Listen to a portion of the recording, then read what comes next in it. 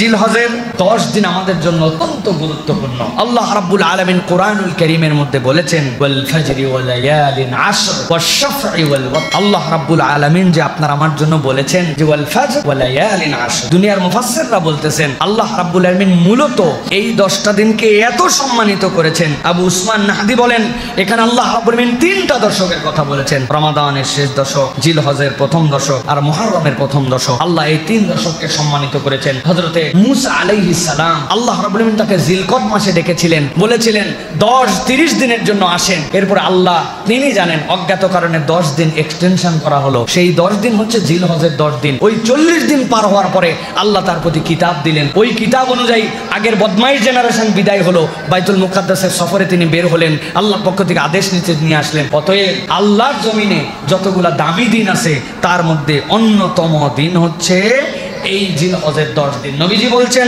মা মিন আইয়ামিল আমালুস সালিহু ফিহা আহাব্বু ইলাল্লাহ মিন হাযিহিল আইয়াম ইয়ানি আইয়ামাল আশর। আল্লাহ নবী বলছেন আল্লাহর কাছে এর থেকে উত্তম কোন দিবসের আমল নাই যেই আমল জিলহজের 10 দিনের মধ্যে আছে।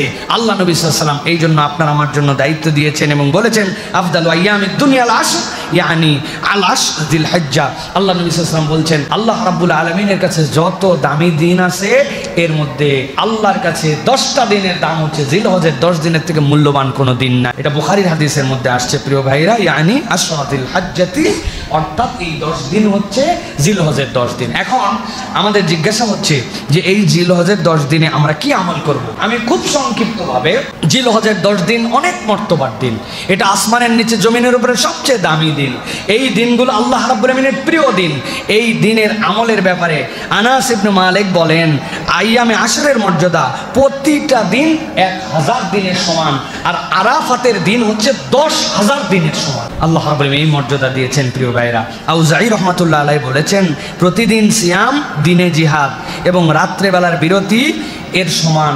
রাসূলুল্লাহ সাল্লাল্লাহু আলাইহি ওয়াসাল্লামের থেকে তারা যে সকল বর্ণনা পেয়েছেন সেখান থেকে তারা এগুলোর মর্যাদার কথা আপনারা আমার কাছে বলেছেন। প্রিয় ভাই, জিলহজের 10 দিন আমরা কি আমল করতে পারি তার একটা সংক্ষিপ্ত রূপরেখা আপনাদের কাছে তুলে ধরি যে কি আমল করবো এই 10 দিন।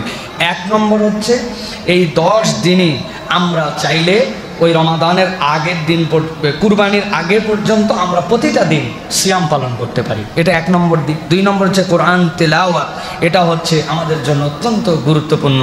কোরআনুল কারীমের মধ্যে আসছে ওয়া ফি যালিকা ফালিয়াতানাফাসিল মুতানাফিসুন, বান্দা তোমরা প্রতিযোগিতায় নিমজ্জিত হও যে আমার আমল কেমনে বাড়ানো যায়। অতএব কোরআন তেলাওয়াত একটা আমল। দোয়া করা আল্লাহ রাব্বুল আলামিনের কাছে চাইলে খুশি, আল্লাহ রাব্বুল আলামিন না চাইলে অখুশি।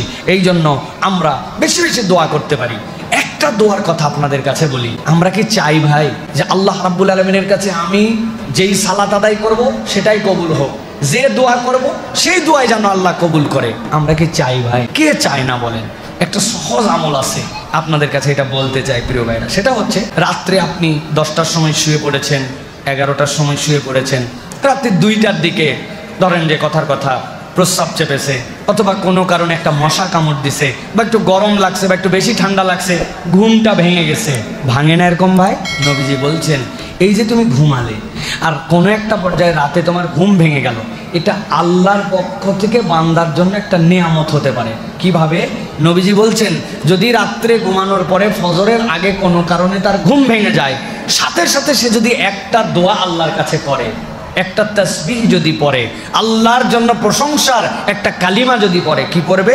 লা ইলাহা ইল্লাল্লাহু ওয়াহদাহু লা শারীকা লাহু লাহুল মুলকু ওয়া লাহুল হামদু ওয়া হুয়া আলা কুল্লি শাইইন কাদির সুবহানাল্লাহি ওয়াল হামদুলিল্লাহ ওয়া লা ইলাহা ইল্লাল্লাহু আল্লাহু আকবার। এইটা পড়ছে, পড়ার পরে উঠে যদি নামাজ পড়ে তার নামাজ আল্লাহ অবশ্যই কবুল করে নেবেন। আর যদি আল্লাহর কাছে নামাজ না পড়ে কিন্তু কোনো দোয়া করে, আল্লাহ তার দোয়া ফিরাবেন না। ঘুমাইছিলাম আমার জন্য, ঘুম ভেঙে গেছে কোনো কারণে, কিন্তু ওই ঘুম ভাঙাটাও আমার জন্য নিয়ামত। শুধু ঘুম ভাঙছে আর চিন্তা করছি আরে নবী কি পড়তে বলছেন? লা ইলাহা ইল্লাল্লাহ ওয়াহদাহু লা শারীকা লাহু লাহুল মুলকু ওয়া লাহুল হামদু ওয়া হুয়া আলা কুল্লি শাইইন কাদির সুবহানাল্লাহ আলহামদুলিল্লাহ ওয়া লা ইলাহা ইল্লাল্লাহ। এরপর আল্লাহকে বলতেছে আল্লাহ অনেকদিন রোগ হয়েছে, ভালো হবেন আল্লাহ, বাচ্চাটা পড়ালেখা করায় কেন জানি হেফজ করতে পারে না, কেন জানি ছেলেটা কথা শুনে না, আল্লাহ আমার কামাই রুজি করি কেন যেন বরকত হয় না। হাতও তোলা লাগবে না, উঠে বসাও লাগবে না, শুয়ে শুয়ে আল্লাহর কাছে এইগুলা ফরিয়াদ দিতে দিতে আবার ঘুমায় গেছে। আল্লাহর নিয়োজিত ফেরেশতাদ্বয় আল্লাহর কাছ থেকে এটা কবুল করায়া তারপরে আল্লাহ থেকে আদায় করে দিবে। সুবহানাল্লাহ। এটা নবীজি সাল্লাল্লাহু আলাইহি ওয়াসাল্লাম বলেছেন প্রিয় ভাইরা। আর যদি সালাত আদায় করে, নবী করিম সাল্লাল্লাহু আলাইহি ওয়াসাল্লাম বলছেন সালাত তার কবুল হবে, দোয়া করলে দোয়া তার কবুল হবে। সুবহানাল্লাহ। সাধারণ মানুষ তো করেই না, আমরা যারা আলেম ওলামা তালেব ইলম তারাও করে না, নিজেরাও আমরা করি নাই আমলগুলি। আল্লাহ আমাদেরকে আমলগুলি করার তৌফিক দান করেন। অন্তত ঘুম ভাঙলে এই দোয়া শিখে এই আমলটা করব, পারবো ইনশাআল্লাহ। 3 নম্বরে রোজা রাখা, সোম এবং বৃহস্পতিবার, এটা তো আমাদের রোজা, সাথে সাথে আইয়ামে বীজের রোজা। এই রোজাগুলি আমরা রাখার জন্য চেষ্টা করব। একটা বর্ণনা আসছে সালাফদের থেকে, যে ব্যক্তি তার কাছে আল্লাহর, যে ব্যক্তি তার জন্য আল্লাহর কাছে কি জমা আছে, কথাটা বোঝেন, যে ব্যক্তি আল্লাহর কাছে তার জন্য কি জমা আছে এইটা পেতে চায়, সে যেন আল্লাহর জন্য সিয়াম পালন করে, তাহলে সে জানতে পারবে যে আল্লাহ রাব্বুল আলামিনের কাছে তার জন্য কি সংরক্ষিত আছে। কিসের ব্যাখ্যা? as-sawmu li wa ana ajzi bih। আল্লাহ বলছেন সিয়াম আমার জন্য, আর এর প্রতিদান আমি স্বয়ং আল্লাহ। সুবহানাল্লাহ।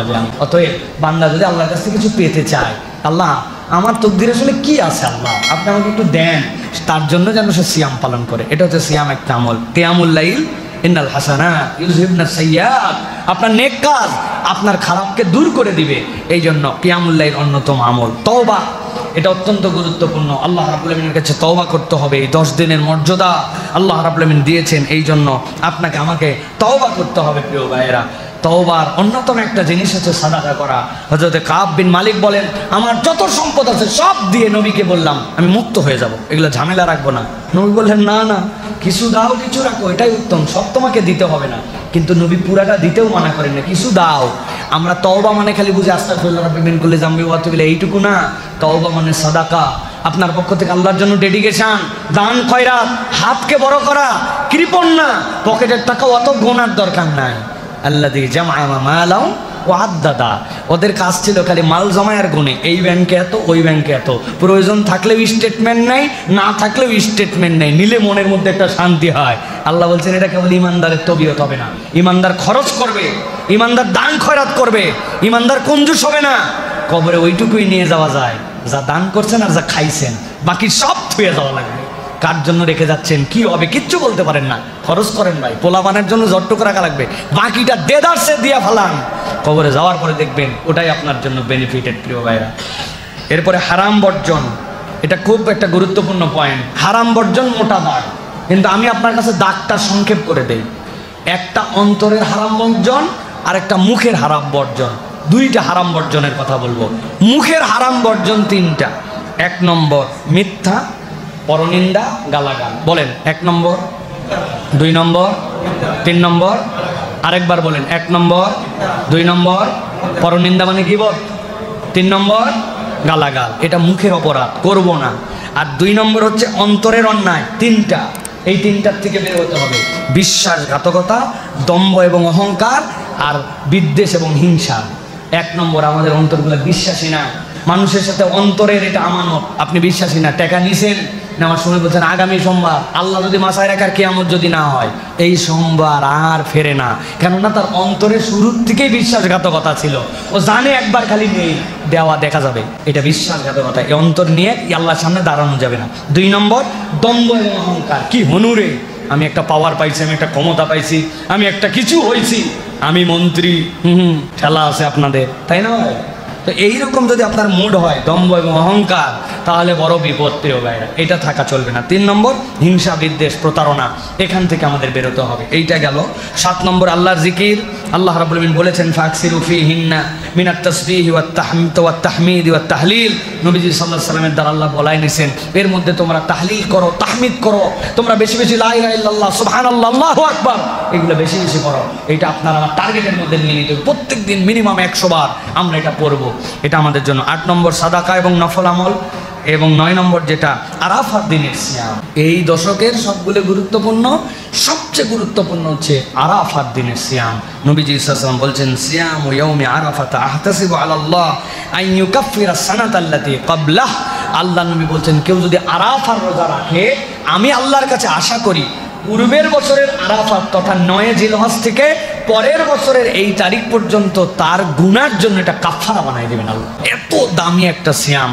অতএব আমরা একদম হিসাব কিতাব করে 9 জিলহজকে টার্গেট করে আমরা এই আরাফাতের রোজাটুকু আমরা আদায় করার জন্য চেষ্টা করব প্রিয় ভাইরা। আর বেশি বেশি আমরা আল্লাহু আকবার আল্লাহু আকবার লা ইলাহা ইল্লাল্লাহ আল্লাহু আকবার ওয়ালিল্লাহিল হামদ এটা আমরা পড়তে থাকবো প্রিয় ভাইরা। অতএব এই জিনিসগুলি যদি আমরা করি ইনশাআল্লাহ আল্লাহ রাব্বুল আলামিন আপনার আমার জন্য একটা বারাকাময় এবছরের আমাদের জন্য এই 2টি মাসকে দান করবেন ইনশাআল্লাহ।